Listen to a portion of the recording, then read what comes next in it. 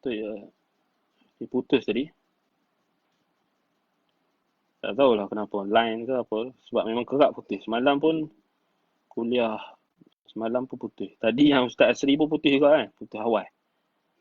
Tak tahulah macam mana ni. Karena pun tak berapa confident dengan Facebook Live ni. Sebab dia semua putus. Tak tahulah Ustaz. Orang lain tak tahu dia berterusan ke apa. Tapi kita selalu putus. Kalau guna Facebook Live tu selalu putus. Tak tahu kenapa.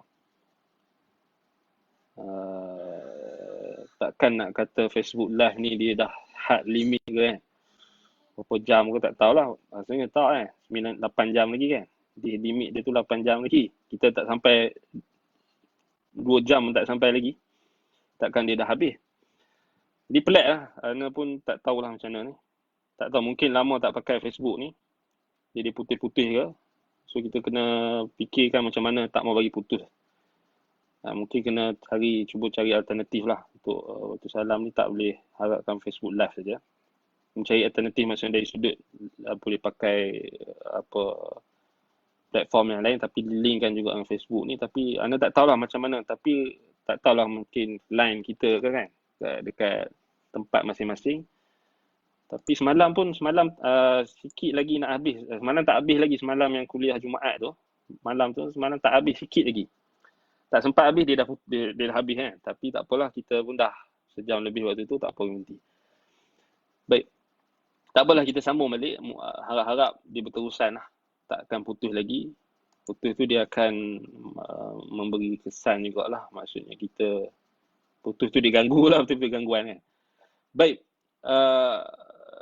Balik pada asar Ubay bin Ka'ab radhiyallahu an, maksudnya ketika dia ditanya kepadanya Masruq bin Al-Ajda' tentang satu masalah. Kemudian katanya di sini ialah ditanyakan tentang satu masalah, kemudian dikatakan oleh Masruq, ya bana akhi akana hadha, wahai anak saudaraku, adakah ini jawapannya, adakah ini masalah tu? Qala la, katanya tidak. Fa'ajimmana hatta yakun. Itu dikatakan sini. Fa'ajimmana hatta yakuna fa idza kana ijtahadna laka ra'ayna atau ra'yana. Baik. Apa maksud asal ni? Kita akan tengok maksud ni. Iaitulah apa? Maksudnya di sini bila ditanyakan satu masalah kepada Ubay bin Ka'ab radhiyallahu an, Masruq ibn Ajda' ditanya tentang satu masalah. Lalu maksudnya ditanya tentang satu isu yang tak berlaku lagi. Kemudian sebab itulah Ubay bin Ka'ab cuba tegur Masruq tadi. Dia kata, wahai anak saudaraku, ya bena akhi, wahai anak saudaraku, akan hadza, adakah perkara ini dah berlaku? Qala la. Kata dia tak berlaku lagi. Kemudian jawab Mu'adz, fa'ajimmana ataupun fa'ajimmana hatta yakuna fa idza kana ijtahadna laka ra'yana. Maka kami pun arihna, rehatkan kami ataupun bagi kami rehat. Tak apa, tak payah tanya lagi. Sampailah benda tu berlaku. Bila benda tu berlaku, fa idza kana ijtahadna laka ra'yana. Kalau benda tu berlaku, kami akan cuba untuk jawab. Itu jawab Ubay bin Ka'ab. Berlaku atau tak benda tu? Masalah tu ditanya oleh Masruq ibn Al-Ajda', satu masalah, satu isu lah. Mungkin isu semasa lah. Ataupun isu yang belum berlaku. Soalan atau masalah yang belum berlaku. Lalu Ubay bin Ka'ab tanya, berlaku ke belum? Akan hadha, berlaku ke tak? Dah berlaku belum? La, kata dia. Fa'ajimmana hatta yakuna, apa dia? Fa'idha hatta yakuna. Maka rehatkan kami. Arihna. Ajib mana maksudnya arihna. Maksudnya rehatkan kami. Maksudnya hold dulu, jangan tanya lagi. Balik dulu. Bila benda tu berlaku, baru datang balik, kami akan bagi jawapan. So ini antara makna asar ini. Baik. Dalam asar ini, apa faedah yang kita boleh dapat daripada asar ini? Yang pertama sekali, zammus su'ali amma lam yaqa'. Tercelanya persoalan terhadap sesuatu isu yang belum berlaku. Famin maqbuhis su'alat as-su'alu amma lam yaqa' fa inna fihi mafasida jammah. Termasuk daripada soalan-soalan yang bodoh, soalan-soalan yang tak baik adalah bertanya tentang sesuatu yang belum berlaku. Kerana sesungguhnya padanya adanya mafasid jammah, adanya kerosakan yang sangat banyak. Apa contoh benda yang belum berlaku? Tanya bila kiamat. Tanya bila kiamat. Tanya bila Imam Mahdi nak keluar. Memang kalau tanya ni sahabat memang pukul. Sahabat suruh balik dulu. Sahabat Nabi dia tak mau. Dia tak suka tanya benda-benda yang belum berlaku. Tu maksud dia. Contoh kan. Tanya Ya'juj dengan Ma'juj keluar belum? Allahu Akbar. Benda yang tak berlaku lagi. Benda yang tak berlaku lagi. Ataupun tanya soalan-soalan yang memang tak berlaku lagi. Jadi sahabat tadi Ubay bin Ka'ab suruh balik dulu. Tunggu dia berlaku dulu. Baru tanya. Maksudnya di sini, tercelanya soalan yang kita kata tidak ada faedah kalau ditanya. Yang tidak berlaku.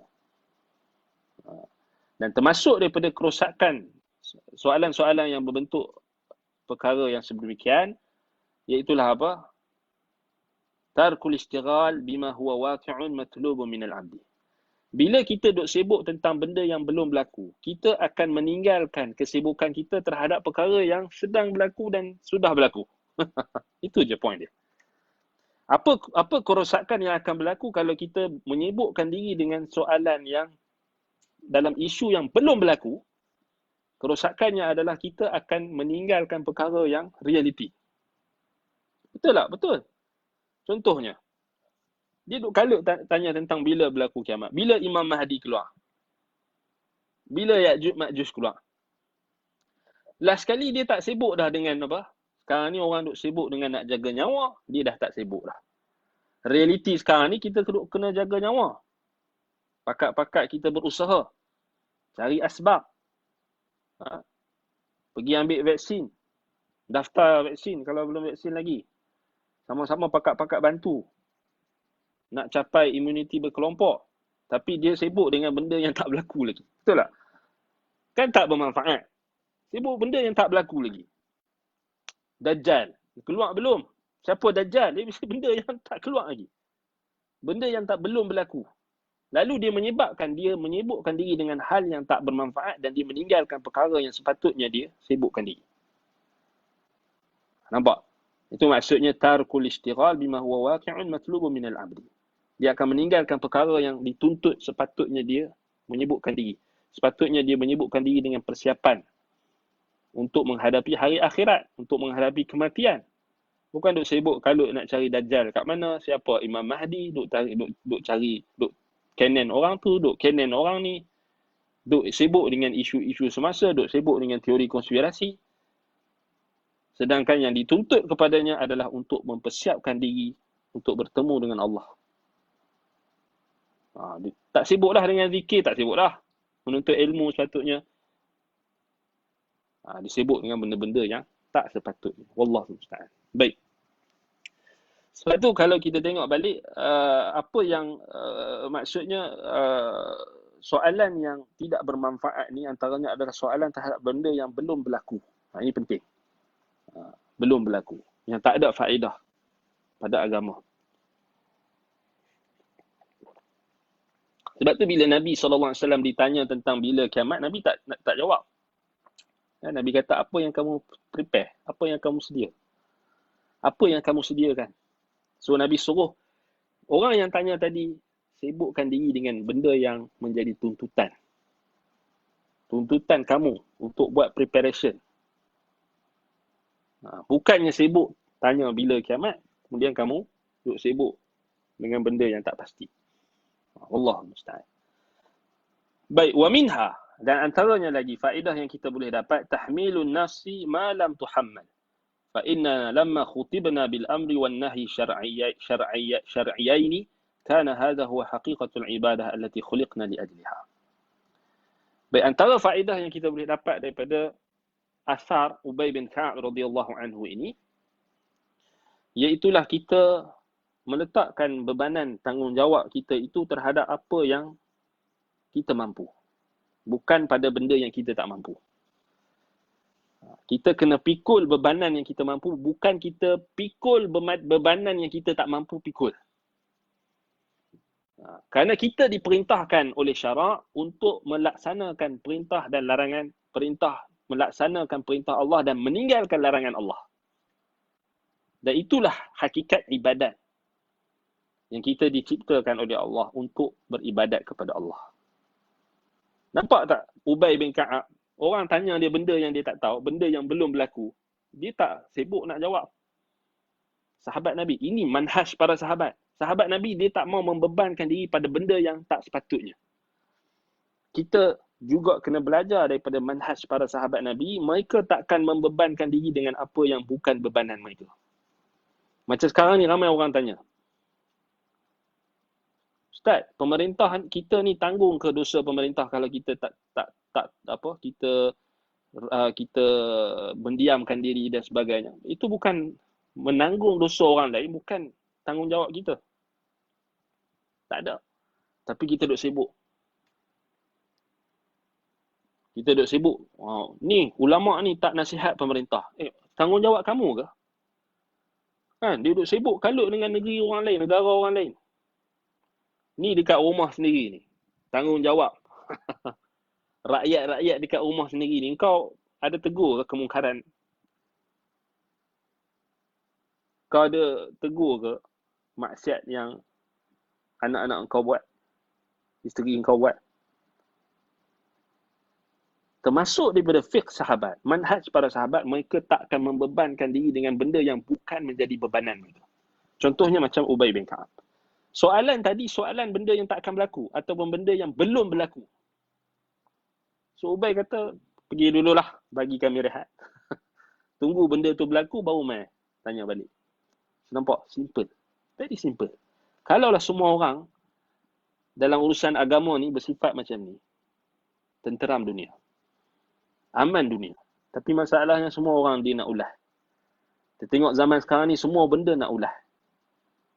Keluar satu statement, pun keluar satu video, dia ulah. Satu statement, ulah. Dia ulah ni, nak ulah tu, nak ulah ni, nak ulah tu. Semua dia nak ulah. Bukan bidang dia pun dia nak ulah juga. Sat jadi pakar ekonomi, Sat jadi pakar akidah, Sat jadi pakar sukan, Sat jadi pakar vaksin, Sat pakar ni, Sat pakar akhir zaman, eskatologi, macam-macam jadi pakar. Betul tak zaman sekarang kan? Sebab apa? Sebab semua orang membebankan dengan diri mereka dengan bebanan yang bukan sepatutnya menjadi bebanan mereka. Kita membebankan diri kita dengan sesuatu yang bukan bebanan kita. Bukan tanggungjawab kita sebenarnya. Tanggungjawab kita adalah apa yang Allah perintahkan untuk melaksanakan urusan kita. Perintah Allah.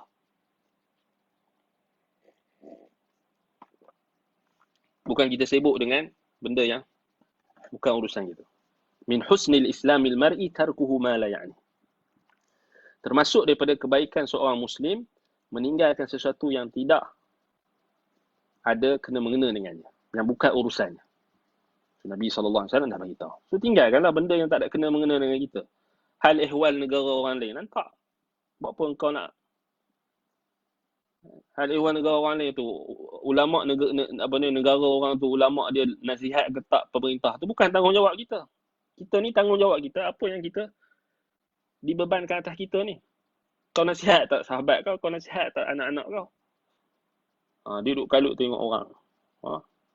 Kuman yang kita kata gajah di depan mata, tak nampak. Kuman di seberang laut, yang tu dia nampak. Paling nampak sekali. Wallahu musta'an. Baik, kalau kita tengok balik antara faedah lagi yang kita nak tengok di sini adalah apa? Sesuatu yang berkenaan dengan soalan yang sesuatu yang tak berlaku lagi ni. Dia kalau kita tengok balik, dia adalah satu bentuk perkara yang akan menyebutkan diri kita daripada ketaatan yang sepatutnya. Sebab itu, kenapa para sahabat, antaranya Ubay bin Ka'ab tadi, dia memberatkan benda tu, maksudnya dia tak jawab. Dia tak jawab. So, fakihnya para sahabat. Bukan semua benda kita kena ulas. Orang ni buat tu kita nak ulas.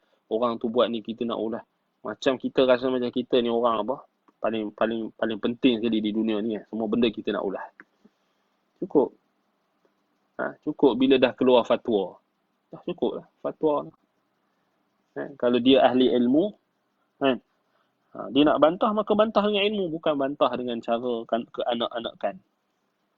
Dengan cara yang kita kata yang licik, yang jahat, yang tidak bermoral, yang tidak berakhlak.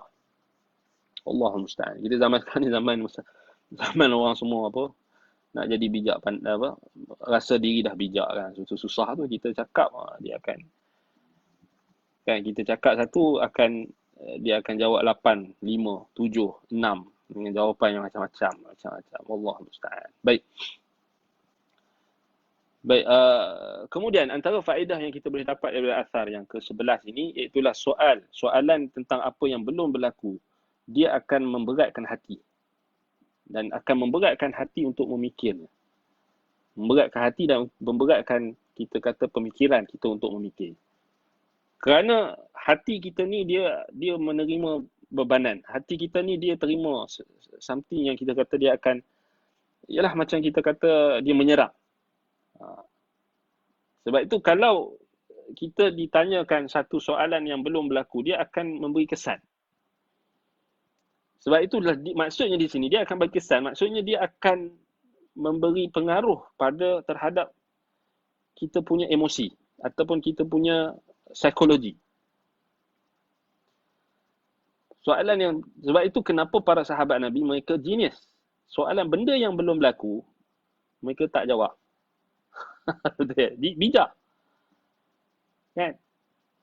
Sebab bila benda yang belum berlaku ni, bila kita duk fikir, benda tak berlaku lagi kita duk fikir kan. Benda tu tak berlaku lagi. Sebenarnya kita duk terlampau berfikir tentang benda yang tak berlaku lagi, dia akan menatijahkan stres. Dia akan menatijahkan tekanan. Tekanan kerana dia satu bebanan. Benda kita tak tahu. Benda yang kita tak tahu, tiba-tiba kita buat tahu. Sebab itu kenapa sahabat Nabi mereka ambil pendekatan, jangan jawab. Tak payah jawab. Potong terus. Kan? Itu kata Syekh di sini, wa mimma yusqiluha fayuhinuha wa yud'ifuha. Dia akan memberatkan. Sebab hati kita ni jarihatun minal jawarih. Hati kita ni dia satu anggota.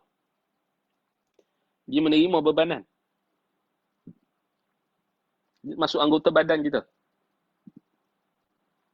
Sebagaimana macam bahu kita ni tak boleh kalau kita nak angkat barang yang over limit. Yang terlampau berat. Kita akan sakit. Cuba kita angkat barang-barang, angkat sofa yang berat-berat tu. Ataupun kita buat benda yang lama kita tak buat, kita angkat benda-benda yang berat, tiba-tiba kita akan rasa lenguh, kita akan rasa sakit. Sendi dan sakit. Macam tu juga hati. Sebab tak mampu kita nak tanggung bebanan. Hati kita lemah. Bila memikirkan sesuatu yang belum berlaku, berat. Berat tu. Sebab itu sahabat Nabi mereka cerdik. Tak payah layan. Suruh balik. Pergi balik. Tunggu benda tu berlaku dulu. Nampak? Baik. Dan antara faedah yang kita boleh dapat daripada asar Ubay bin Ka'ab ni lagi, iaitulah apa? Soalan terhadap sesuatu yang belum berlaku termasuk dalam takalluf. Memberat-beratkan diri. Membebankan dan memberat-beratkan. Dan kita dilarang dan ditegah untuk memberat-beratkan diri dengan sesuatu yang tidak diperintahkan. Sebagaimana dalam hadis diriwayatkan oleh Imam Al-Bukhari daripada Umar Ibn Al-Khattab radhiyallahu anhu, katanya nuhina 'anit takalluf. Kita dilarang. Kita ditegah daripada perbuatan takalluf. Takalluf ni kita diberat-beratkan. Kita memberat-beratkan sesuatu yang bukan bebanan kita, bukan tanggungjawab kita. Nampak? Apa contoh takalluf ni? Engkau bukan ahli perubatan. Engkau takalluf, engkau nak cakap juga bab perubatan. Memang ke laut lah. Betul tak? Engkau bukan ahli vaksin. Tiba-tiba engkau nak kata, ni vaksin ni gini. Memang ke laut lah. Itu takalluf. Engkau bukan orang yang mahir dalam bidang akidah. Tapi kau masuk juga, nak cakap juga, dah tahu bukan bidang dia, jangan cakap. Dah tahu bukan bidang kita, jangan berani masuk. Senyap. Nampaklah kejahilan ni kalau orang yang bukan bidang bila bercakap pada bukan bidang dia. Man takallama fi ghairi fannihi ataupun man takallama bi syai'in min ghairi fannihi ata bil ajaibi. Lebih kuranglah macam tu perkataan sebahagian ulama. Siapa yang berkata-kata tentang satu urusan yang bukan dalam bidangnya, ata bil ajaibi, dia akan datang bawa benda-benda yang ajaib. Tapi masalah zaman sekarang, benda yang orang yang bidang tu yang dijadikan ajaibnya. Orang yang bukan bidang dia yang betul. Dia terbalik sekarang. Sebab tu kalau kita nak cakap benda yang kita mampu. Kalau kita bidang, kalau kita berani, kita mampu cakap, silakan. Tapi pastikan ada sandaran ilmu. Tapi ni pakar beraninya tak ada sandaran ilmu. Ni masalah. Jadi kita tengok ada orang dia nak cakap juga, bukan bidang dia. Nak buat reaction juga, nak buat semua benda dia nak ulas. Tapi orang yang ada basirah, orang yang ada ilmu akan tahu ni adalah kebodohan, ni adalah kejahilan. Tanya orang awam, tanya netizen, memang tak tahu apa lah. Semua netizen, semua benda yang dia sukalah jadi. Memang tak jadi kerja lah kalau kita nak tanya netizen. Netizen kan. Sebab tu ulama sebutkan orang awam, dia dalam kategori dinamakan dahmak. Dahmak ni orang yang apa? Yang ramai. So kalau urusan agama kita tanya orang ramai, memang ikutlah. Wa in tuti' aktsara man fil ardi la yudilluka an sabilillah. Walakin aktsara an-nas la ya'lamun. Allah kata yang majoriti manusia ni tak tahu. Kita pergi serah dekat orang ramai. Tak jadi lah. Itu yang jadi masalah tu. Zaman sekarang ni jadi pelik kan orang. Sebab tu kita kata kalau kita mula cakap bukan bidang kita, ini takalluf. Kau bukan bidang perubatan, senyaplah. Bagilah pakar perubatan jawab. Kau cukup-cukup lah. Cukup-cukup kita kata habang apa benda yang kau tahulah. Tapi semua. Kau bukan bidang agama dalam bidang tauhid ke bidang akidah ke. Berpada-pada lah. Berpada-pada. Bukan bidang hadis. Senyap. Jangan cakap. Kecuali apa yang tahu. Kalau tak masuk dalam kategori takalluf. Takalluf ni diberat-beratkan, memberat-beratkan diri. Ini ramai orang hari ni. Dia bukan ahli, dia nak kata dia ahli. Wallahul musta'an. Baik. Kerana orang yang, kalau kita tengok balik, soalan tentang sesuatu yang belum berlaku ni, dia termasuk dalam takalluf, kata Syekh. Fa'innahu takalluf min takallufil abdi ma la ilma lahu bihi. Takalluf ni apa bila kita cakap sesuatu yang kita tak ada ilmu, tu juga termasuk takalluf. Dan ini adalah sesuatu yang sangat dicela, mazmumun jiddan fi kalamis salaf. Salaf memang sangat-sangat benci dengan takalluf ni. Sebab itu Allah Taala sebutkan dalam Al-Quran, wala taqfu ma laysa laka bihi ilm. Jangan kita cakap, jangan kita ikut benda yang kita tak ada ilmu. Kalau tak tahu kita senyap. Sebab innas sam'a wal basara wal fu'ad kullu ulaika kana anhu mas'ula. Penglihatan kita, pendengaran kita, penglihatan kita, hati kita, semuanya akan dipertanggungjawabkan. Hak kita duk cakap ni, dia akan dipertanggungjawabkan depan Allah Taala. Baik. Dan sama juga antara kerosakan yang berlaku kalau seseorang itu ditanya tentang perkara yang belum berlaku ni, dia akan menyebabkan akan menyebabkan kita kata semua orang akan berani bercakap. Itulah ni kerosakan dia.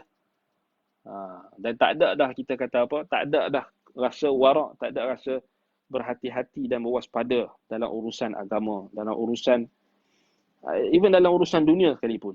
Tak ada dah rasa kita kata tanggungjawab itu untuk kita sama-sama merujuk kepada ahlinya, merujuk kepada pakarnya. Dah masing-masing nak jadi pakar habis lah. Kan? Tu masalah dia. Kita kata itu yang kita menyebabkan akan berlakunya kerosakan yang sangat besar. Baik. Ubay bin Ka'ab radhiyallahu an, siapa dia? Ubay bin Ka'ab iaitulah Ubay bin Ka'ab bin Qais al-Ansari al-Khazraji. Sama juga dia Khazraji. Kunyah beliau Abu al-Munzir ataupun Abu Tufail. Dan beliau digelar dengan Sayyidul Qurra. Itulah penghulu bagi pembaca Al-Quran Qurra. Wafat pada tahun 19 Hijrah. Dan dikatakan ada yang kata 19 Hijrah, ada yang kata tahun ke-32 Hijrah di Madinah. Wallahu ta'ala alam. Baik. Qurra ini, kita kena faham Qurra di sisi ulama salaf bukan bermaksud orang yang pakar baca Quran saja. Macam zaman sekarang Qurra ni maksudnya qiraat lah. Bukan. Di sisi uruf salaf, Qurra ini adalah secara umumnya bermaksud al-jami'una bainal ilmi wal amal. Orang yang menghimpunkan antara ilmu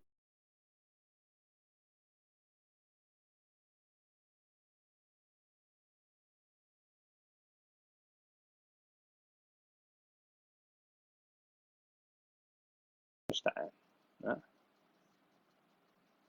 Wallahu musta'an. Dia baca ayat kan, dia baca ayat pasal larangan syirik, dia buat syirik. Na'udzubillah min dzalik. Nasallallahu salamata wal afiyah. Baik, jadi kalau kita tengok balik, ini antara apa?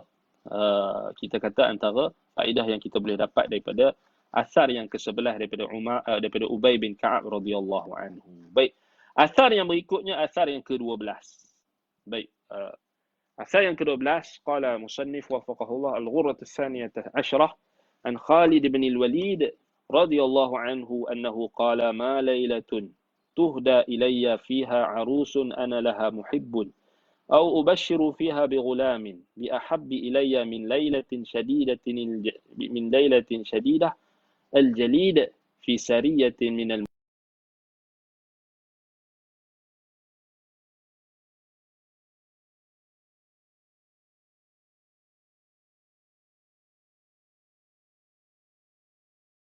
إسناده صحيح. وخالد بن الوليد هو خالد بن الوليد بن المغيرة القرشي المخزومي يكنى أبا سليمان ويلقب بسيف الله. توفي سنة 21 بحمص. Baik. Asar yang ke-12, asar yang diriwayatkan daripada Khalid ibn al-Walid. Seorang panglima pedang, Saifullah al-Maslul, pedang Allah yang menghunus orang-orang kafir. Iaitulah sahabat Nabi yang mulia Khalid ibn al-Walid. Apa perkataan beliau di sini? Perkataan beliau ini diriwayatkan oleh Imam Ahmad dalam kitabnya Fadailus Sahabah, Ibnu Abi Shaybah dalam Musannaf, Abu Ya'la dalam Musnadnya, Abu Ya'la al-Musli. Baik, dengan sanad yang sahih. Baik, maksudnya perkataan ni, kita terjemah perkataan ni, kata Khalid al-Walid, dia kata apa? Tidak ada satu malam yang dihadiahkan kepada aku ataupun diberikan kepada aku pada malam tersebut seorang pengantin yang aku cintai, ataupun malam yang aku dikhabarkan dengan khabar gembira dengan kelahiran seorang anak lelaki, lebih dicintai berbanding dengan malam aku ketika malam yang sejuk, menyengat, yang sangat sejuk di dalam ekspedisi peperangan ataupun ketenteraan bersama orang-orang muhajirin. Dan pada waktu paginya kami akan menyerang musuh. Maksudnya di sini nak bagi tahu, Khalid al-Walid kata, tidak ada malam yang paling aku cintai. Kalau orang bagi dekat aku satu malam untuk aku menikmati pengantin baru, malam pengantin barulah yang aku cintai, isteri aku yang aku cintai, ataupun malam yang aku dapat anak, aku diberi khabar gembira tentang kelahiran anakku. Ni malam yang paling, ialah semua orang suka, betul tak? Malam pertama perkahwinan dengan malam dapat apa? Anak. Beritahu tentang kelahiran anak. Khalid bin al-Walid kata, aku paling cinta bukan malam ni. Kalau orang bagi ni pun aku tak, dia tak boleh challenge dengan malam waktu aku berjihad. Pada waktu malam yang sejuk bersama dengan Sariyah. Sariyah ni maksudnya satu pasukan yang berskala kecil yang diutuskan oleh Nabi SAW untuk ekspedisi jihad, kempen jihad. Bersama di kalangan Syariah itu adanya di kalangan Muhajirin. Dan pada waktu paginya kami akan menyerang musuh. Ini malam yang paling hebat, yang paling aku suka. Lebih aku cintai berbanding malam aku waktu malam pertama bersama dengan pengantin baru, dan juga malam aku dapat anak. Aku dikhabarkan khabar gembira tentang kelahiran anak. Tak boleh challenge. Ini perkataan siapa? Khalid bin Al-Walid. Baik, maksud asar ini, kalau kita tengok balik, Syadidatul Jalid tu maksudnya malam yang sejuk sangat, yang turun salji. Jadi asar ini, faedah yang pertama yang kita boleh dapat daripada asar ini, asar Khalid bin Al-Walid ni, iaitulah ta'zimi mahabbatil jihad li'annahu min afdalil a'mali diniyah.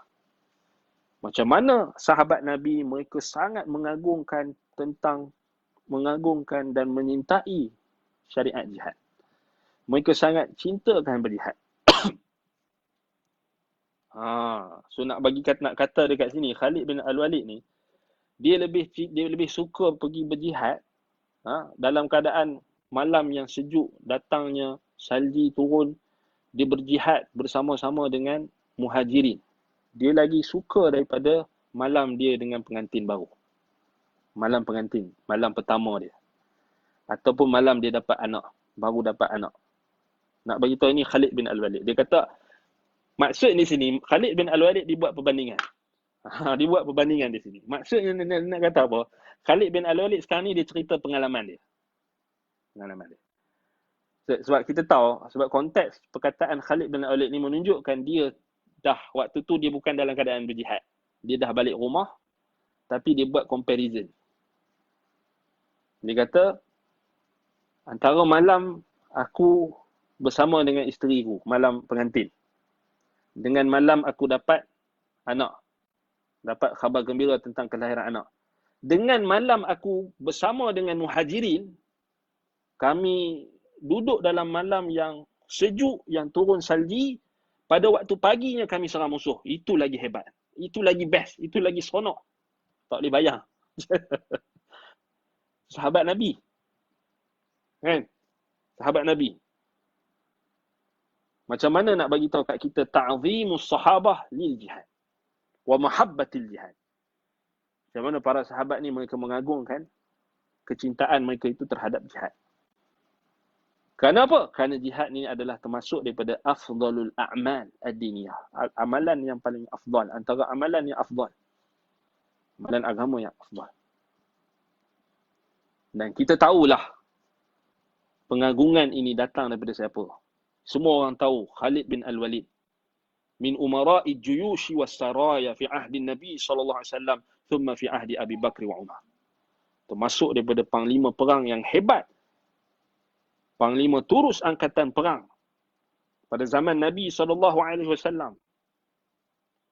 Dia adalah panglima yang Nabi sallallahu alaihi wasallam lantik dia sebagai ketua kepala bagi saraya wal juyush, tentera-tentera dan utusan-utusan pada zaman Nabi, kemudian zaman Abu Bakar, kemudian zaman Umar. Pada zaman Umar dia dipecat kan? Zaman Umar dia dipecat.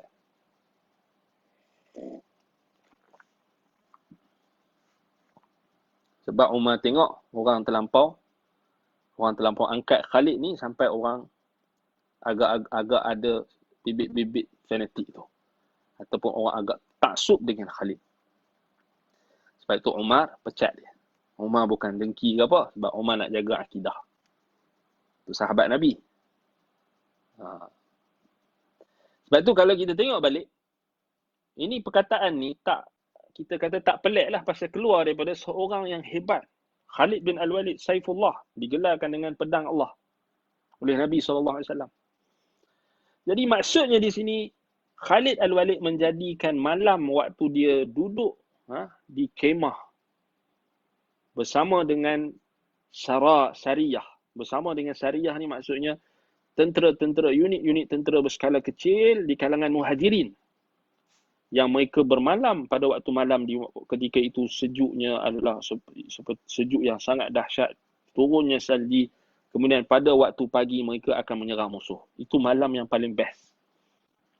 Malam yang paling dicintai oleh Khalid bin Al-Walid. Berbanding dengan malam pertama menikah. Malam pengantin. Dan malam ataupun malam ketika dia dapat khabar gembira tentang kelahiran anak. Kita pasal kita tak pernah berjihad kan. Kita tak tahu macam mana best tak best. Kan? Yang kita tahu 2 malam tu yang kita tahu. Tapi sahabat Nabi kerana mereka adalah mujahidin fi sabilillah. Yang berjihad di jalan Allah. Itu kita kata sahabat. Kita tak boleh nak challenge mereka. Memang tak boleh lah. Memang tak boleh. Dari sudut kecintaan mereka tu. Baik. Jadi kalau kita tengok di sini menunjukkan kepada kita bahawasanya apa? Khalid bin Al-Walid radhiyallahu anhu mengucapkan satu perkataan yang menunjukkan bagaimana beliau mendahulukan akhirat berbanding urusan dunia. Dia tak kata dia benci malam apa? Dia tak dengar. Kita nampak faham.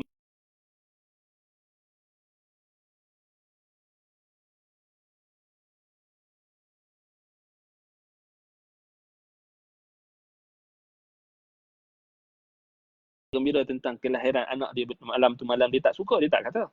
Cuma dia kata kalau nak dibandingkan dengan malam dia berjihad, malam berjihad tu lagi aku suka. Itu maksud dia.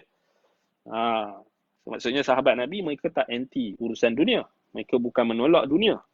Cuma mereka nak bagi tahu kecintaan mereka itu lebih tertumpu kepada akhirat. Mereka lebihkan perkara berkait dengan urusan akhirat. Urusan agama. Itu sahabat Nabi. Sebab itu kalau kita tengok balik, kata Syekh Utsaimin hafizahullah,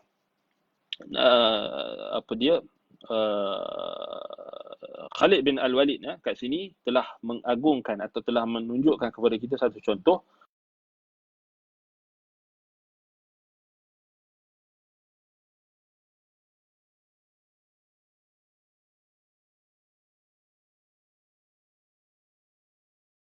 ini akan berlaku dengan 4 perkara. Yang pertama, maksudnya macam mana nikmat jihad tu akan terasa dengan 4 perkara. Iaitu yang pertama, wuqu'ul murabitatu fil lail wa hiya ashaddu min murabati fil nahar. Murabatati fil nahar. Wuqu'ul murabitati fil lail wa hiya ashaddu min al murabitati fil nahar. Maksudnya berjaga di perbatasan jihad. Berjihad pada waktu malam itu lebih dahsyat berbanding dengan berjihad pada waktu siang. Itu yang pertama. Menunjukkan Khalid bin Al-Walid nak bagi tahu macam mana keadaan jihad yang diagungkan dan dicintai olehnya itu. 4 perkara. Pertama, berlakunya murabitah, yakni dia tentera-tentera berkawal dan berjaga pada waktu malam. Itu lebih dahsyat berbanding dengan berjihad dan berjaga pada waktu siang.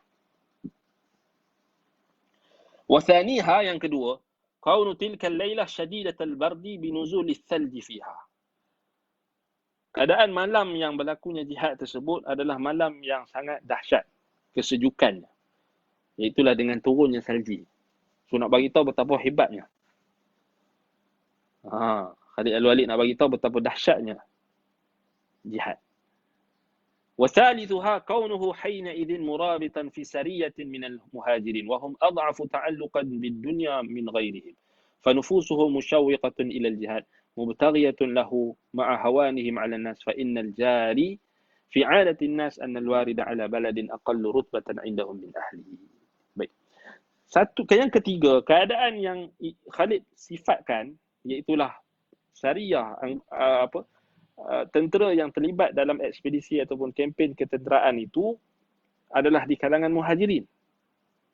Dan mereka ini sangat-sangat manusia yang paling lemah. Kita kata apa? Paling lemah kebergantungan mereka terhadap dunia berbanding orang lain. Sebab ni muhajirin.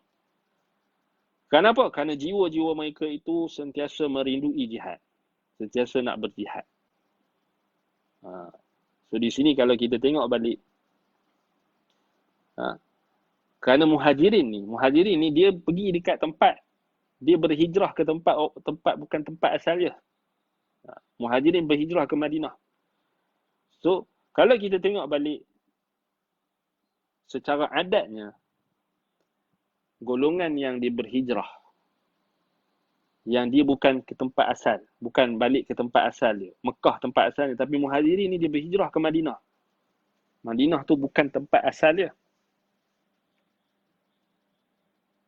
Orang macam ni selalunya dia akan kurang pergantungannya dengan negeri tersebut atau kurang pergantungannya dengan urusan dunia. Sebab itu kenapa Khalid bin Walid kata Muhajirin.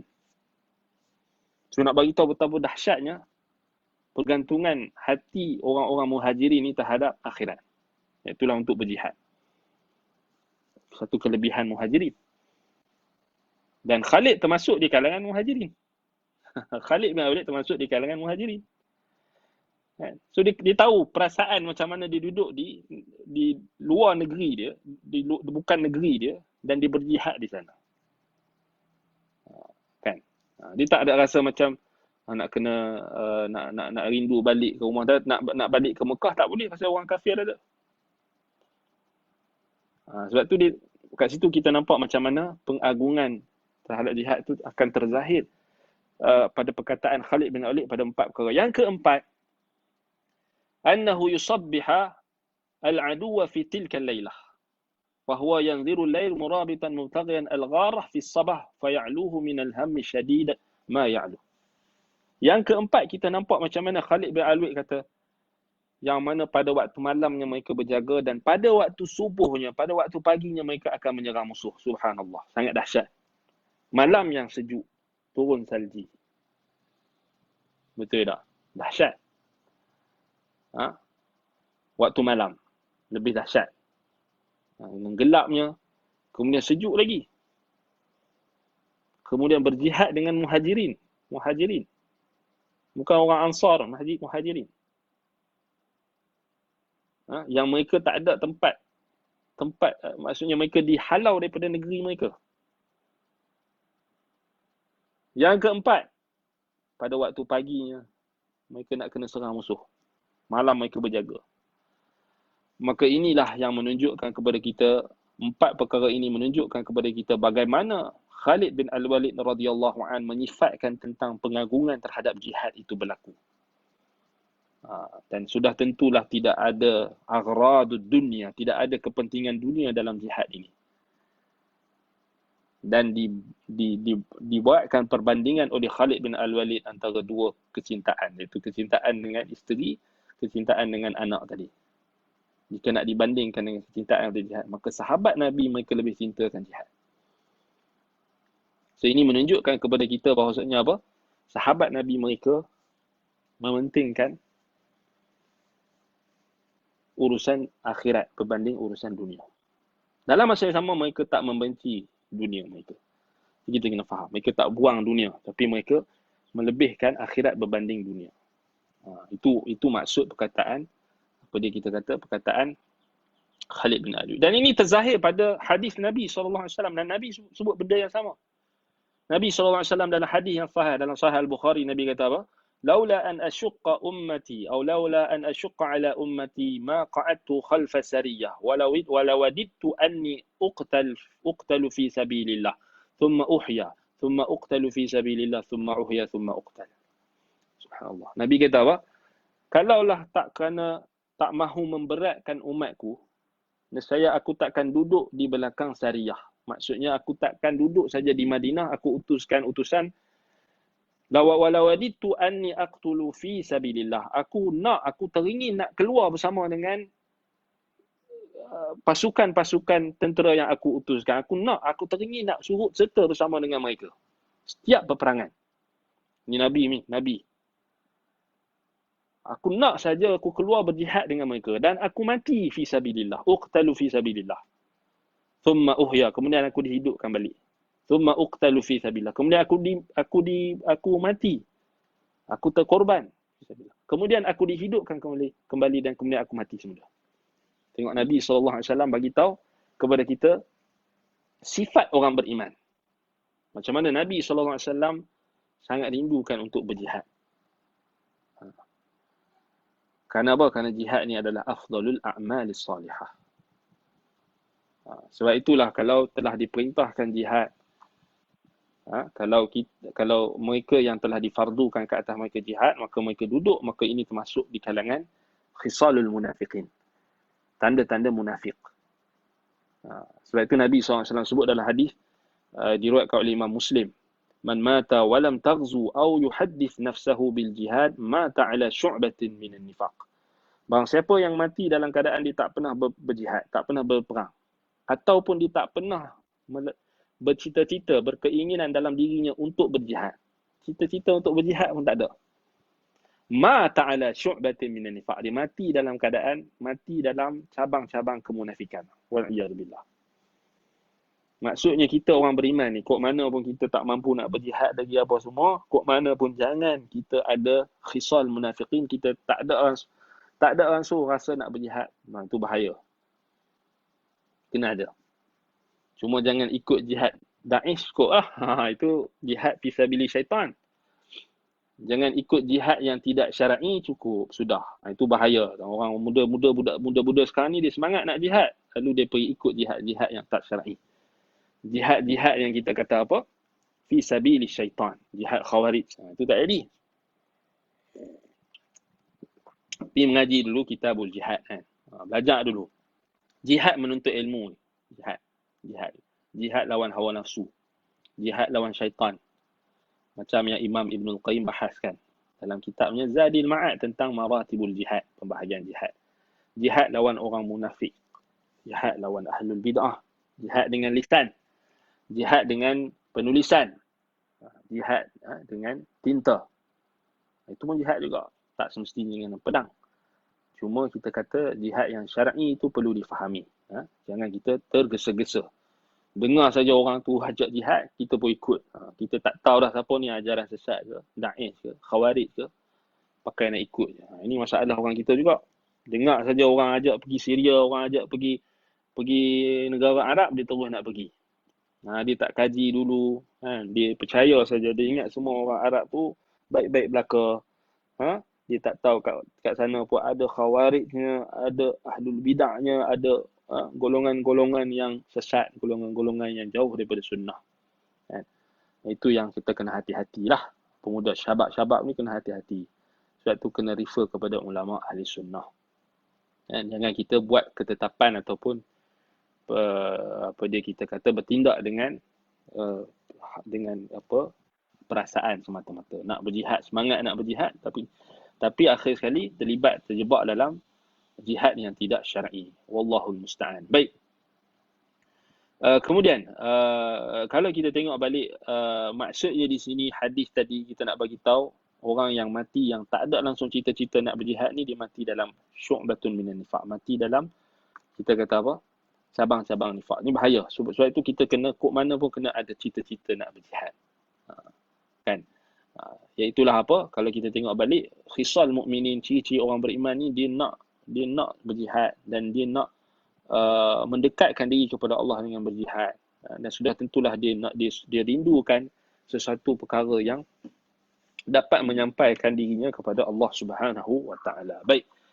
Dan kalau kita tengok balik, ini menunjukkan kepada kita benarlah para sahabat Nabi ni mereka mendahulukan kecintaan mereka kepada Allah Subhanahu wa taala berbanding kepentingan dunia mereka dan kecintaan mereka kepada dunia mereka, tetapi mereka mendahulukan kecintaan mereka kepada Allah Subhanahu wa taala, dan mereka telah merealisasikan ayat dalam surah At-Taubah ayat 24 kan. Qul in kana aba'ukum wa abna'ukum, sampailah firman Allah, ahabba ilaikum minallahi wa rasulihi wa jihadin fi sabilihi fatarabbasu hatta ya'ti Allahu bi amrih wallahu la yahdil qaumal fasiqin. Maka menyintai jihad adalah termasuk ciri-ciri orang-orang mukmin. Dan orang yang kita kata apa, orang yang menyintai jihad fi sabilillah, mereka adalah orang yang ada ciri-ciri beriman, ciri-ciri orang beriman. Cuma kita hati-hati jangan terkeliru dengan jihad-jihad yang semata-mata hanyalah diayah, hanyalah kita kata hanyalah slogan semata-mata, jihad fi sabilillah syaitan, seperti jihad yang diwar-warkan oleh golongan golongan yang sesat seperti golongan Khawarij, golongan Syiah Rafidah dan sebagainya yang pada dasarnya mereka menyeleweng daripada Islam. Baik. Khalid bin Al-Walid radhiyallahu an, kita tengok tadi, maksudnya kalau kita mati dalam keadaan bercita-cita untuk jihad, kita mati dalam keadaan syu'batun minal iman. Itu lawan dia. So kena ada cita-cita lah. Cita-cita. Tak mampu sekarang, kita bercita-cita. Kan? Jihad kita ni mesti jihad syar'i, jihad bersama imam. Bukan jihad buat grup sendiri-sendiri, bukan. Jihad bersama imam, jihad bersama pemerintah. Bersama dengan pemerintah kita. Kalau pemerintah kita isytiharkan jihad, barulah kita ikut. Bukannya kita buat jihad sendiri-sendiri, tak boleh. Tu nanti jadi Khawarij. Kan? Tak boleh. Kena tunggu liwak ataupun panji daripada pemerintah kita. Baik, itu perbahasannya adalah dalam kitab-kitab akidah. Baik, Khalid bin Al-Walid pula. Siapa Khalid bin Al-Walid ni? Kita nak tengok dia punya biografi sedikit lah. Khalid bin Al-Walid bin Al-Mughirah Al-Qurashi Al-Makhzumi tadi. Kunyahnya Abu Sulaiman. Dan kalau kita tengok balik, dia digelarkan dengan apa? Saifun min suyufillah. Pedang daripada pedang-pedang Allah. Maksudnya dia adalah apa? Dia adalah apa kita kata, maksud pedang daripada pedang Allah, iaitulah dia adalah tentera Allah yang sentiasa menghunuskan pedangnya untuk membela agama Allah, berjihad di jalan Allah, mengangkat kalimah Allah. Itu maksudnya. Diberikan apa dia, gelaran ini oleh Nabi SAW. Baik. Kemudian kita tengok pada asar yang ke-13. Itulah asar yang ke-13, itulah Abdullah bin Mas'ud radhiyallahu anhu. Sahabat Nabi yang ke-13 dan yang meriwayatkan asar yang ke-13. An Abdullah bin Mas'ud radhiyallahu anhu annahu qala as-sabru nisful iman wal yaqinu al-iman kulluhu wal yaqinu al-iman kulluhu. رواه الطبراني وإسناده صحيح وعلق البخاري الجملة الثانية مجزوما بها وروي مرفوعا ولا يثبت. وعبد الله بن مسعود وعبد الله بن مسعود بن غافل الهذلي حليف بني زهرة يكنى أبا عبد الرحمن ويلقب بصاحب النعلين والسواك والمطهرة. توفي سنة 32 أو في التي بعدها بالمدينة. Baik, asal yang ke-13 ni daripada Abdullah bin Mas'ud radhiyallahu anhu, katanya as-sabru nisful iman. Sabar itu separuh daripada iman.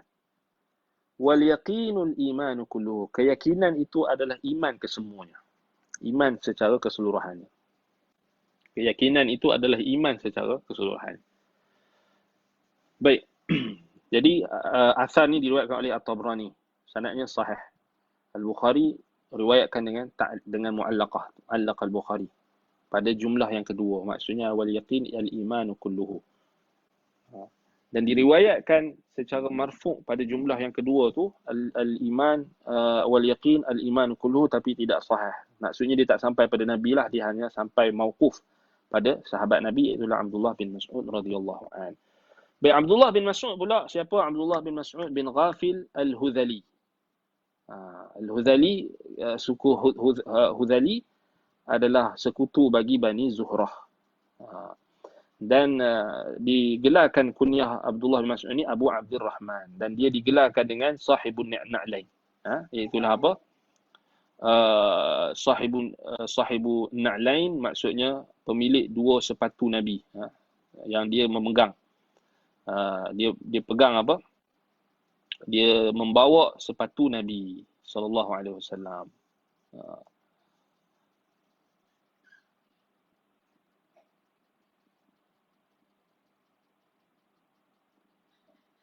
Baik.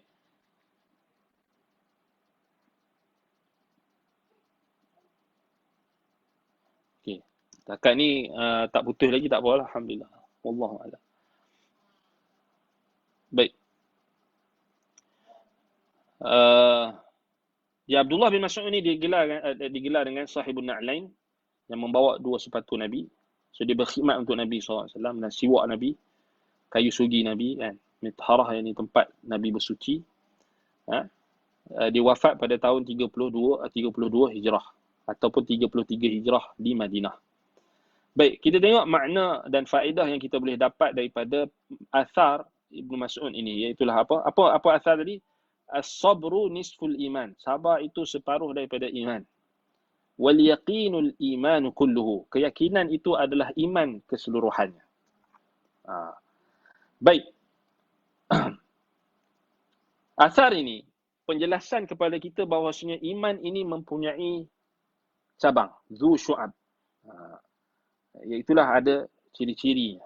Dan syu'abul iman maksudnya ciri-ciri iman dan juga pembahagian-pembahagian iman yang berhimpun padanya seluruh cabang-cabangnya keimanan. Cabang-cabang iman. Baik. Dan pada asar ini terkandung faedah yang penting, iaitulah an-sabra wal yaqin min syu'abil iman. Kesabaran dan keyakinan itu termasuk daripada cabang-cabang iman. So, di sini kita katakan Nabi SAW pernah sebut al-iman bid'un wa sab'una syu'bah a'laha kalimah la ilaha illallah, kalimatu la ilaha illallah wa adnaha imatatul adha 'ani tariq wal haya' syu'batun minal iman.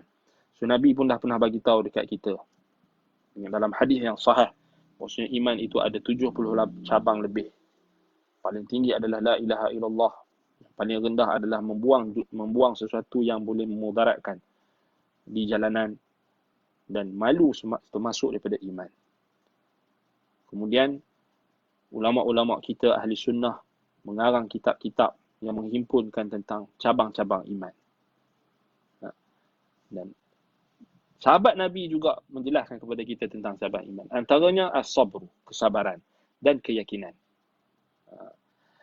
Faedah yang berikutnya, amalan termasuk daripada iman. Amalan termasuk daripada iman. Sebab apa? Sebab sabar ni dia amalan. Sabar ni dia adalah satu praktikal. Yakin juga satu amalan. Amalan hati. As-sabru, amalan hati, amalan lisan. Amalan al-jawari, amalan anggota badan. Semuanya amalan. Dan amalan termasuk daripada iman. So ini akidah ahli sunnah. So membantah golongan murji'ah yang mengeluarkan amalan daripada penamaan iman. Baik, dalam asar ini juga antara faedah yang kita boleh dapat adalah tafawuti maratibil a'mal wa ikhtilafu qadriha fil iman. Perbandingan ataupun adanya perbezaan antara martabat-martabat amalan. Dan perbezaan itu ditentukan berdasarkan iman. Berdasarkan kekuatan iman. Dalam asar ini juga mengandungi faedah, iaitulah iman itu bertambah dan berkurang. Kan? Sebab apa? Sebab Ibnu Mas'ud kata as-sabru nisful iman. Sabar tu separuh dari iman. Separuh lagi apa? Separuh lagi ada cabang iman yang lain. Maksudnya dia bertambah dan berkurang. Bila dia menerima separuh, maka dia menerima lagi pengurangan. Dia boleh berkurang dan dia boleh menjadi suku, dia boleh jadi bawah daripada separuh. Dia boleh jadi juga full. Menerima penambahan dan pengurangan. So dia adalah menunjukkan iman bertambah dan berkurang. Baik. Wa fihi anna al-yaqin a'zamu min as-sabri. Pada asar Ibnu Mas'ud ini juga menunjukkan kepada kita keyakinan itu lebih besar berbanding kesabaran.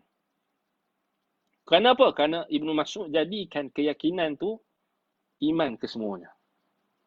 Dan Ibnu Mas'ud jadikan kesabaran tu separuh iman. Tetapi keyakinan, al-yaqin tu, Ibnu Mas'ud kata iman kulluhu, semuanya. Maksudnya di sini al-yaqin huwal iman kulluhu. Keyakinan tu adalah iman secara keseluruhan. Dan apa yang nak dimaksudkan dengan perkataan Ibnu Mas'ud ini, kalau kita tengok penjelasannya, apa yang terbaik penjelasan bagi perkataan ini adalah apa yang diungkapkan oleh Ibnu Rajab Al-Hambali dan juga Al-Hafiz Ibnu Rajab dan juga Al-Hafiz Ibnu Hajar. Kedua-duanya dalam kitab mereka Fathul Bari, bahawasanya asal bagi iman adalah al-yaqin. Maksudnya iman tu asalnya adalah keyakinan.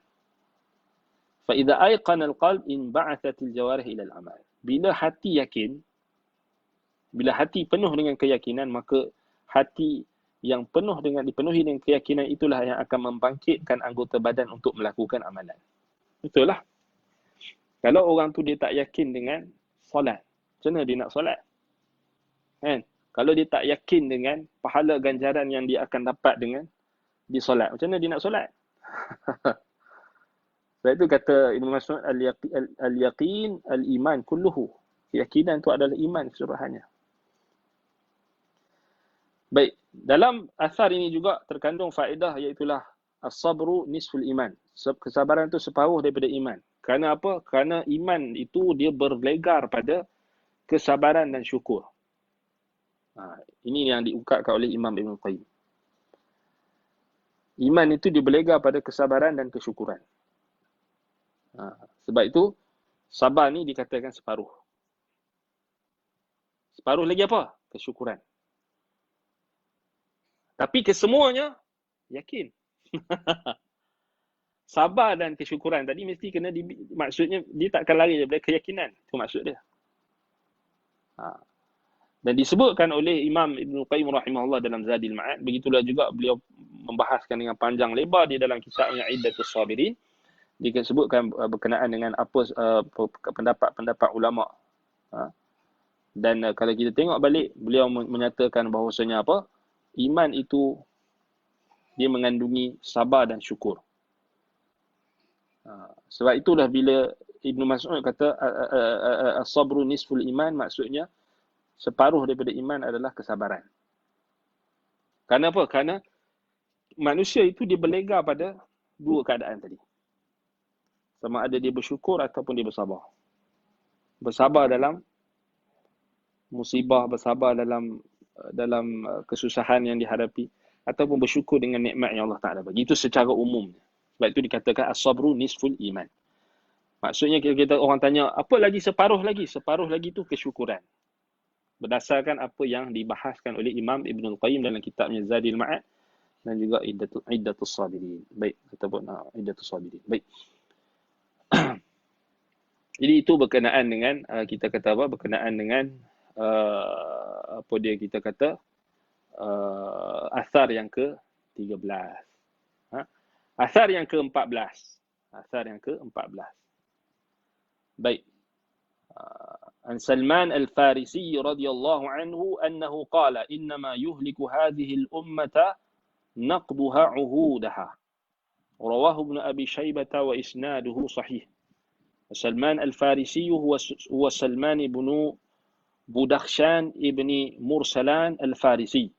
يكنى أبا عبد الله ويلقب بسلمان الخير وسلمان ابن الإسلام وسابق الفرسي توفي سنة 34 بالمدائن. Baik, asar yang ke-14, asar yang diriwayatkan daripada Salman Al-Farisi radhiyallahu anhu, katanya, innama yuhliku hadhihi al-ummah naqduha 'uhudaha. Sesungguhnya yang akan membinasakan umat ini adalah perbuatan mereka yang menyalahi perjanjian-perjanjian mereka. Hanya saja yang akan memusnahkan umat ini adalah perbuatan mereka yang menyelisihi perjanjian-perjanjian mereka. Naqduha 'uhudaha atau naqduha 'uhudaha. Baik, Salman, siapa Salman? Baik, asar ini diriwayatkan oleh Ibnu Abi Shaybah dengan sanad yang sahih. Salman Al-Farisi, Salman bin Budakhshan. Salman bin Budakhshan bin Mursalan Al-Farisi. Kunyah beliau Abu Abdullah. Digelar dengan Salman Al-Khair. Salman Al-Khair. Salman yang kebaikan. Salman bawa kebaikan. Salman ibn al-Islam. Salman anak orang Islam. Wasabiqil Fursi. Orang yang maksudnya orang Parsi yang pertama masuk Islam lah. Pada zaman Nabi. Dia wafat pada tahun 34 Hijrah di Madain. Baik. Apa makna asar yang ke-14 ni? Asar 14 ni pendek tetapi maknanya sangat besar. Baik.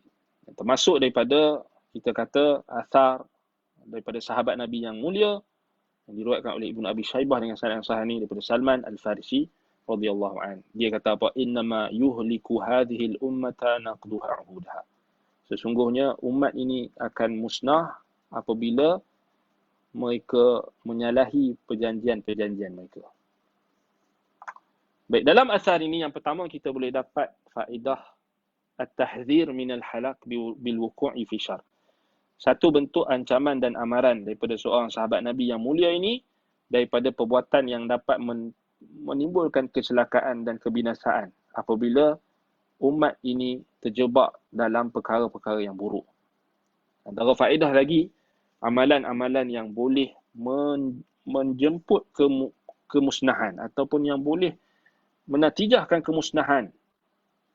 Di sana adanya amalan-amalan yang boleh menimbulkan kemusnahan dan kecelakaan dan akan menatijahkan kerugian yang sangat besar bagi orang yang melakukan amalan tersebut ataupun orang yang melakukan perbuatan tersebut. Janji. Baik. Kecuali kalau dia dapat tarajuk, dia dapat tarik balik perjanjian tadi sebelum hal itu berlaku. Lalu dia buat perjanjian yang maksudnya dia batalkan perjanjian. So kita kata adapun dia menyalahi janji tersebut secara langsung, maka itu adalah perbuatan yang diharamkan. Baik. So di sini perjanjian di sini umumlah. Maksudnya perjanjian yang paling besar sekali perjanjian kita dengan Allah Subhanahu Wa Taala. Perjanjian kita dengan Allah itulah tauhid. Kita dah berjanji dengan Allah nak mengabdikan diri hanya semata kerana Allah. Tak mensyirikkannya. Kalau kita menyalahi janji tersebut, maka itu sudah tentulah perkara yang akan membawa kepada kecelakaan. Jadi umat ini akan celaka bila mereka menyalahi janji-janji mereka. Janji mereka dengan Allah Subhanahu Wa Taala dan janji mereka bersama dengan manusia. Itu secara umumnya. Kan? Baik. Jadi itu antara faedah yang kita boleh dapat daripada asar yang ke-14. Itu maksud naqdul uhud. Naqdul uhud. Yani ancaman Salman Al-Farisi memberi ancaman tentang kemusnahan umat ini berlaku dengan apabila berlakunya janji-janji itu disalahi. Dan kita tengoklah kemusnahan yang berlaku. Bila kita tengok macam mana berlakunya kerosakan dalam negara apabila orang yang diamanahkan dengan jawatan telah bersumpah berjanji setia tetapi dia mengkhianati rakyatnya, dia menipu dan mengkhianati rakyatnya, dan ada ancaman daripada Nabi SAW, orang-orang pemimpin-pemimpin yang menyalahi janji ini akan diancam dengan tidak akan mencium bau syurga wal'iyadzubillah.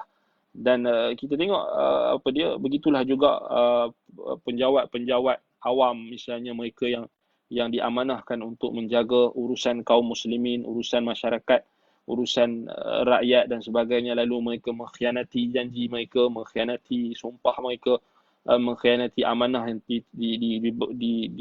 dibebankan ke atas mereka. Mereka membuat kerosakan dengan menyalahi janji tadi, dengan menyelewengkan kuasa ataupun terjebak dalam rasuah dan sebagainya. Ini semua akan menimbulkan kemusnahan. Itu maksud perkataan Salman tadi.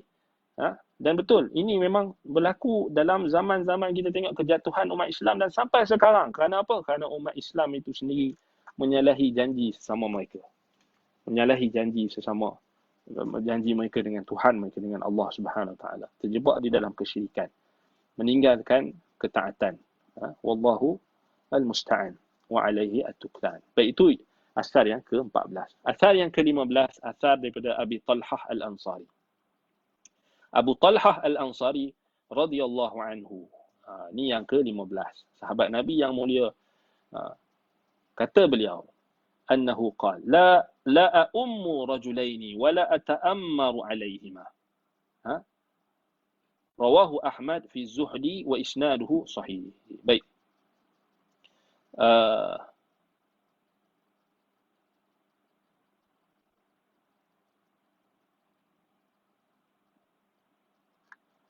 Baik, kata Abu Talhah, aku takkan menjadi imam bagi dua orang lelaki.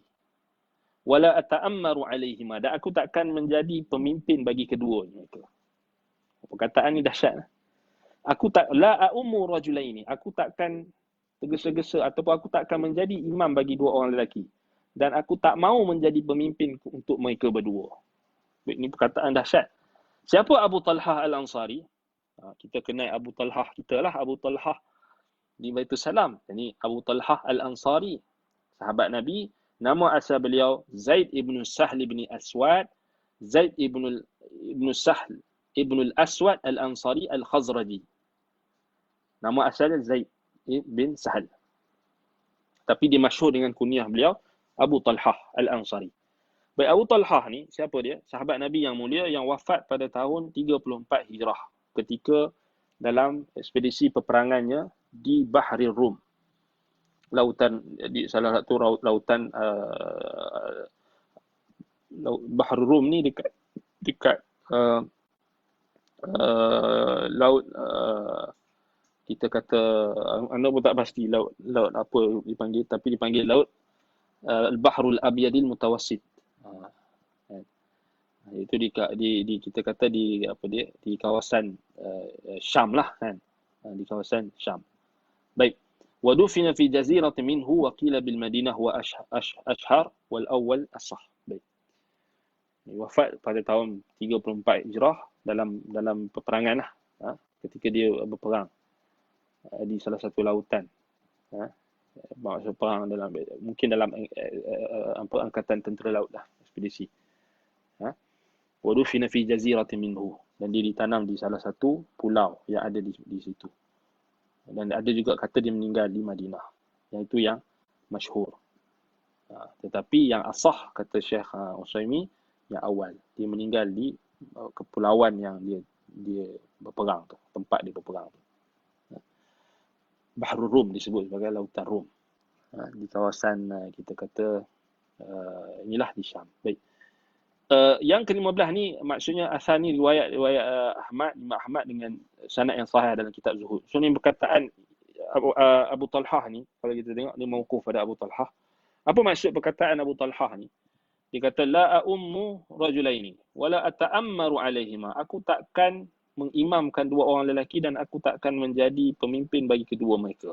Apa maksud dia? Maksudnya di sini, dia datang dalam riwayat Ibnu Umar dengan lafaz yang lebih kurang tapi berbeza. La aqdi baina ithnaini. Aku tak mau menjadi qadi, menghukum atas dua orang yang berselisih. Wala a'ummu rajulain. Dan aku tak mau menjadi imam bagi dua orang lelaki. Maksudnya aku tak mau jadi pemimpin. Maksud di sini, asar ini padanya ada tahzir. Sahabat Nabi yang mulia ini, beliau memberi amaran daripada sikap cintakan kepimpinan. Tahzir min talabir ri'asah. Wal hathu ala tajafiha wal bu'di anha lima yurithuhu talabuha min anwa'i syururil ajilati wal ajilah. Maksud perkataan Abu Talhah Al-Ansari radhiyallahu anhu, maksud dia kata la a'ummu rajulain wala ata'ammaru alaihima. Aku tak mau jadi imam untuk dua orang lelaki dan aku tak mau jadi pemimpin pada dua mereka.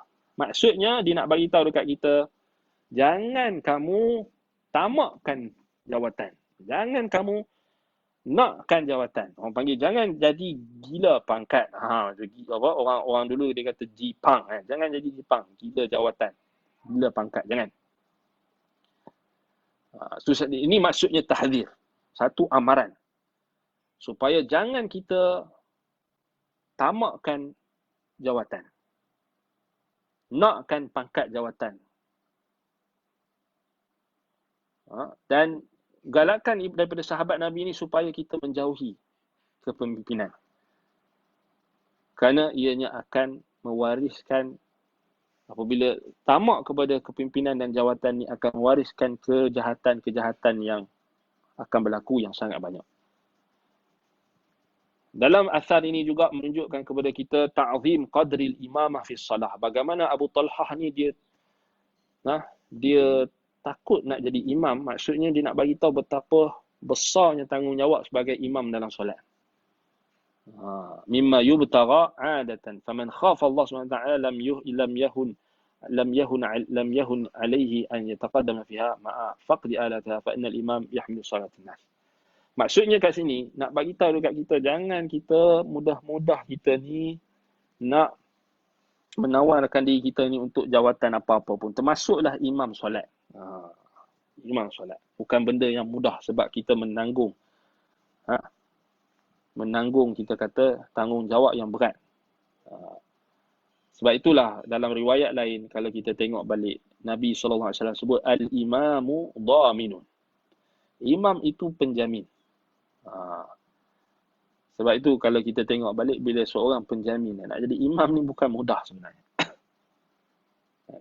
Jadi Abu Talhah ajar dekat kita, jangan kita bercita-cita sangat nakkan jawatan. Imam pun tak perlu, jawatan apatah lagi jawatan yang lebih daripada tu. Sebab itu kalau kita tengok balik, ramai di kalangan ahli ilmu dan ahli, contohnya di kalangan sahabat Nabi, mereka sangat takutkan jawatan-jawatan seperti imam dalam solat dan sebagainya. Sebab apa? Sebab mereka nak bagi tahu dekat kita betapa dahsyatnya, betapa beratnya tanggungjawab ni. Sebab itu kalau kita tengok balik, berbeza dengan manusia zaman sekarang. Walaupun dia tak layak, dialah orang yang pertama sekali mencalonkan diri untuk jadi imam solat. Imam masjid ni, imam. Padahal dia tak layak. Walaupun dia dah tak layak, kemudian dia masih lagi pegang jawatan. Itu jadi masalah. Tak apalah kalau dia layak, peganglah. Tapi kalau kita tengok tu sampai tahap baca surah Al-Fatihah pun tak betul, tapi masih lagi pegang jawatan imam solat. Ni memang sedih lah. Adalah sebahagian tu kerana semata-mata lantikan politik, lantikan atas dasar senior lah benda kan, orang lama dan sebagainya. Tapi memang tak layak pun dari sudut bacaan surah Al-Fatihah pun tak betul. Bukan sikit-sikit salah. Salah tu salah khata' yang jali. Lahan yang jali. Salah yang dahsyat. Salahnya berubah terus huruf. Wallahul musta'an. Itu masih ada lagi pada sebahagian tempat lah. Tak tahulah sekarang ni macam mana kan. Jadi orang hari ni dia jadi apa, jawatan tu dia jadi ghanimah kan. Dia anggap ghanimah. Dia tak anggap sebagai jawatan tu sebagai, kita kata, tanggungjawab. Dipakat-pakat nak lantik, pakat-pakat nak lobby diri sendiri. Itu bahaya. Sahabat Nabi dulu tak.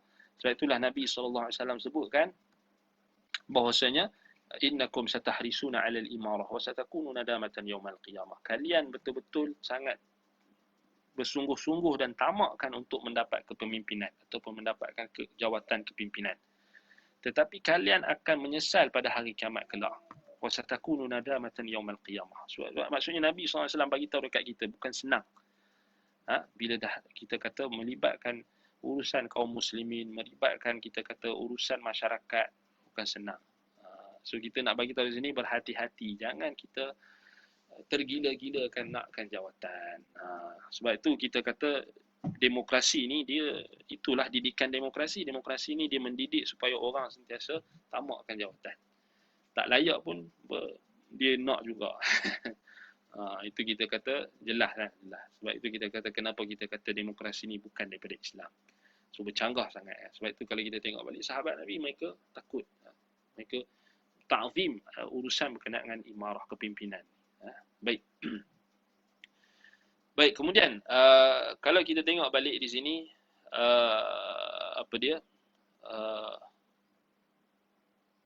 Abu Talhah Al-Ansari radhiyallahu an menunjukkan kepada kita satu pendapat lah, kita kata satu mauqif para sahabat.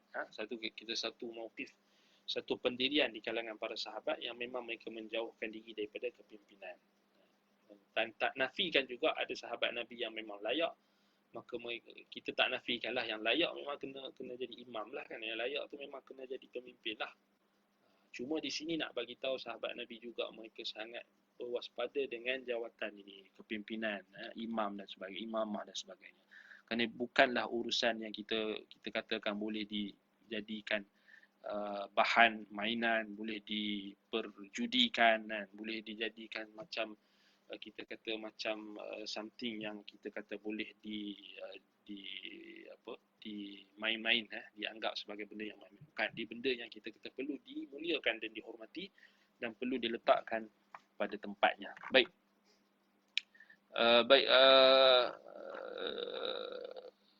Dan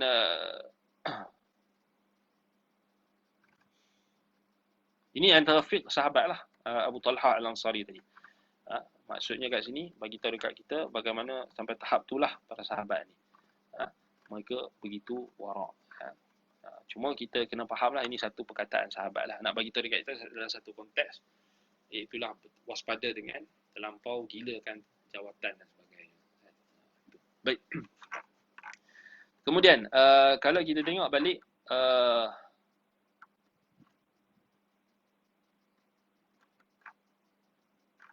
asar yang ke-16, asar yang ke-16. An Huzaifah bin al-Yaman radhiyallahu anhuma annahu qala. Asar yang ke-16 daripada Huzaifah bin al-Yaman radhiyallahu anhu. Qala, katanya, la ya'tiyanna 'ala an-nasi zamanun la yanju fihi illa alladhi yad'u bi du'ain ka du'ail ghariq. Rawahu Ibn Abi Shaybah wa isnaduhu sahih wa ruya marfu'an wa la yathbut. Daripada Huzaifah bin al-Yaman radhiyallahu anhu katanya, akan datang kepada manusia satu zaman yang mana tidak akan selamat di dalamnya melainkan orang yang berdoa dengan doa seperti doa orang yang tenggelam. Doa il-ghariq, seperti doa orang yang lemas, orang yang tenggelam. Akan datang satu zaman pada manusia, la ya'tiyanna 'alan nasi zamanun la yanju fihi illa alladhi yad'u bi du'ain ka du'ail ghariq. Akan datang satu zaman yang mana manusia takkan selamat pada zaman tersebut manusia kecuali orang-orang yang berdoa dengan doa orang yang hampir-hampir lemah atau orang yang tenggelam. Ka du'ail ghariq. Apa maksud athar ini? Sebelum itu kita tengok tu asar ni, riwayat Ibnu Abi Shaybah dalam Musannaf dan sanadnya sahih. Asar ini dia tak sahih secara marfu' tetapi mauquf sahih. So dia sampai Huzaifah lah. Sebab tu kita kata asar kan. Baik, Huzaifah bin Al-Yaman siapa? Huzaifah bin Al-Yaman, nama beliau dikatakan Huzaifah ibnu Al-Yaman. Dikatakan Yaman, Al-Yaman ni nama bapaknya, dikatakan nama asal bapaknya Husail Ibnu Jabir Al-Absi Halif Al-Ansar. Diberikan gelarannya Abu Abdillah. Dan dia digelarkan juga dengan Sahibus Sir, penyimpan rahsia Rasulullah SAW. Wafat pada tahun 36 Hijrah di Madain. Baik. Apa maksud perkataan Huzaifah ini? Baik, perkataan Huzaifah ini, kalau kita tengok, penjelasan kepada kita akan perubahan zaman dan akan berubah keadaan. Maksudnya setiap zaman ni akan berubah. Ada manusia yang akan kuat agama mereka dan ada manusia yang pada zaman tersebut akan menjadi lemah agama mereka. Sebagaimana dunia je, macam urusan dunia lah. Dunia pada waktu zaman dunia kita akan lemah, ada waktu zaman dunia kita kuat. Ekonomi mantap dan ada waktu kita macam tu lah. Macam tu juga iman. Macam tu juga الناس يكونون في زمن أغنياء ولساعة ثم تمر عليها أزمان تطول فيها ألوانهم وتتغير فيها أحوالهم. Manusia pada waktu zaman akan dalam keadaan yang mewah, dalam keadaan yang kaya raya, tapi akan ada satu zaman keadaan mereka akan berubah. Sama macam agama. Waktu iman untuk kuat atau waktu zaman itu akan iman dan agama mereka akan berubah, akan menjadi tidak kuat, lemah. Jadi maksudnya di sini apa dia, Huzaifah nak bagi tahu kita tentang perubahan zaman.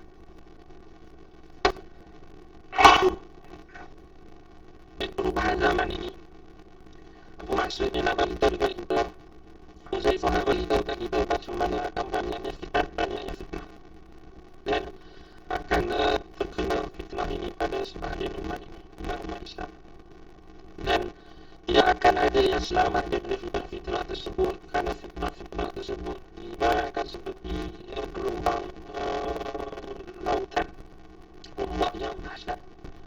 Sebab itu diibaratkan dia seperti lautan, dan diibaratkan orang yang selamat daripada fitnah tersebut seperti orang yang berdoa dalam keadaan doa yang orang lemas. Dan dalam asal ini juga Nabi itu dekat kita bahawasanya doa itu adalah penyelamat daripada fitnah. Dan ini antara penyelamat yang paling ampuh adalah doa kita kepada Allah, tawakal dan pergantungan kita kepada Allah.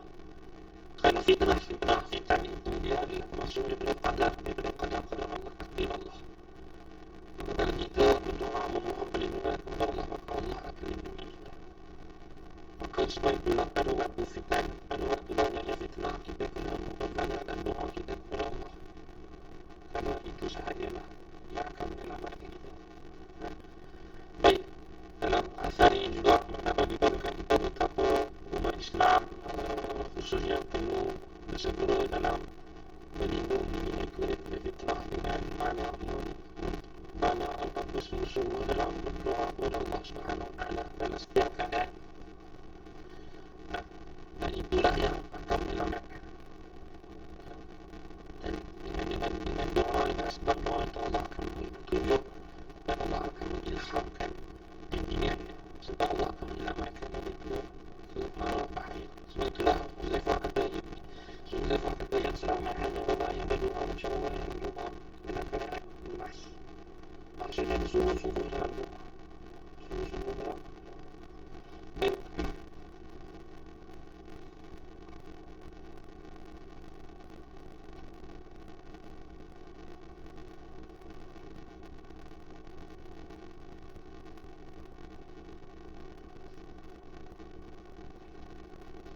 Kalau doa yang perlu kita perbanyakkan adalah doa untuk sabar di atas agama.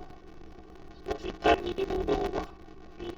Kita bimbang adalah kita juga berubah-ubah. Agama berubah, kita juga berubah. Kembali kita kena dapat. Sebab itu Nabi SAW ajar kita supaya biasa banyak berdoa, ya muqallibal qulub tsabbit qalbi ala dinik. Wahai Tuhan yang membolak-balikkan hati, maka tetapkanlah hatiku di atas agama. Itu adalah doa yang diperlukan banyak diucapkan oleh Nabi SAW. Lagi jadi hari ini zaman fitnah, ini zaman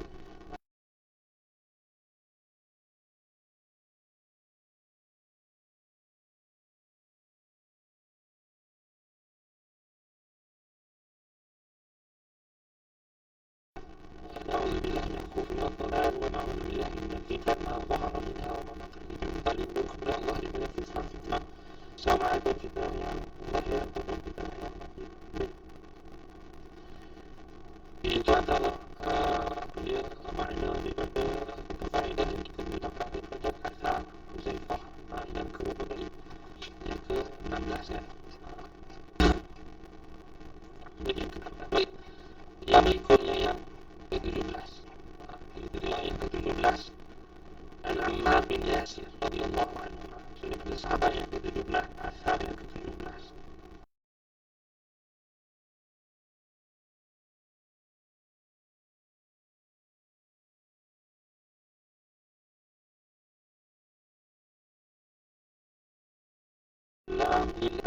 Lil'alim.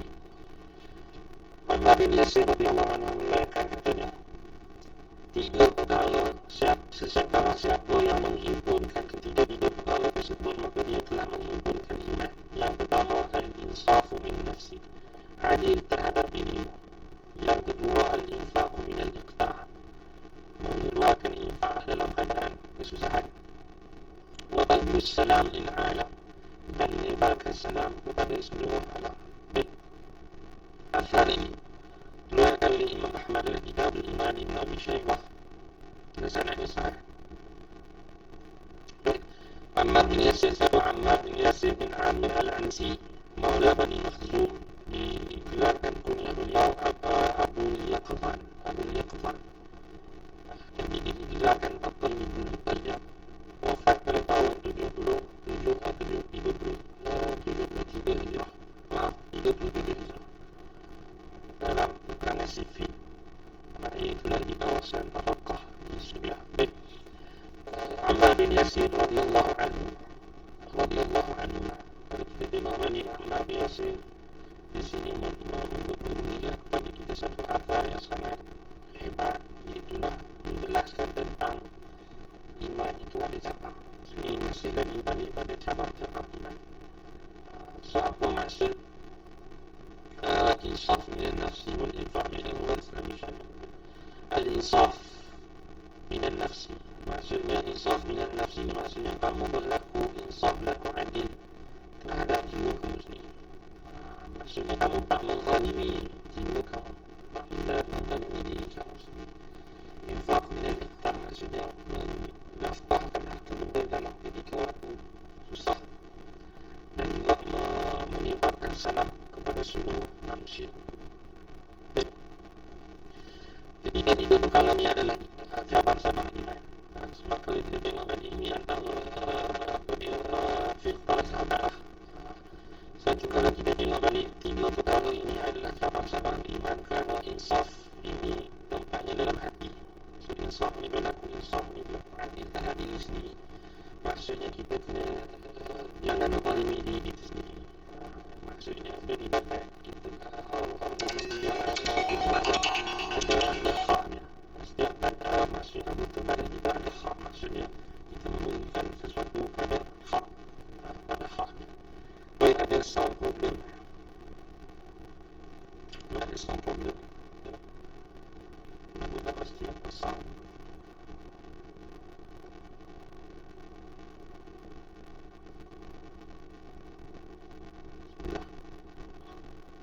Tes. Okey. Nak ini.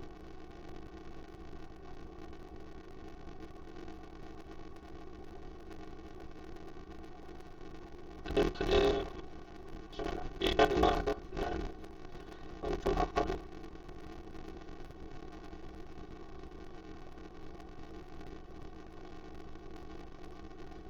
Okey, nak lihat ada okey. Tes. Subhanallah, subhanallah. Allahu akbar. Alhamdulillah.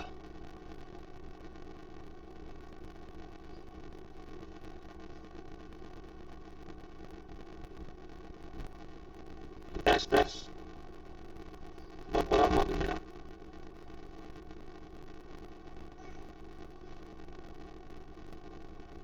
Pakai.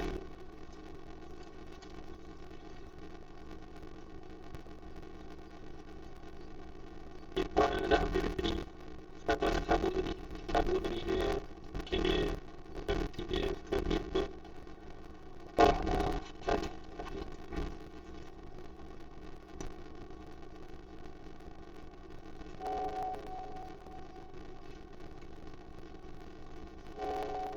Pecah lagi. Kita pakai.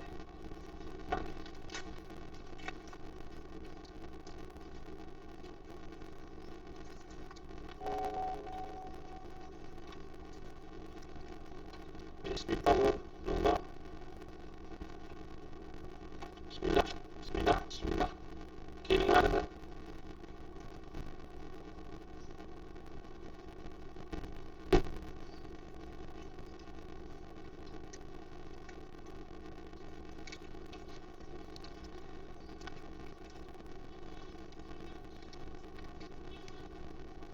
Tes. Semua.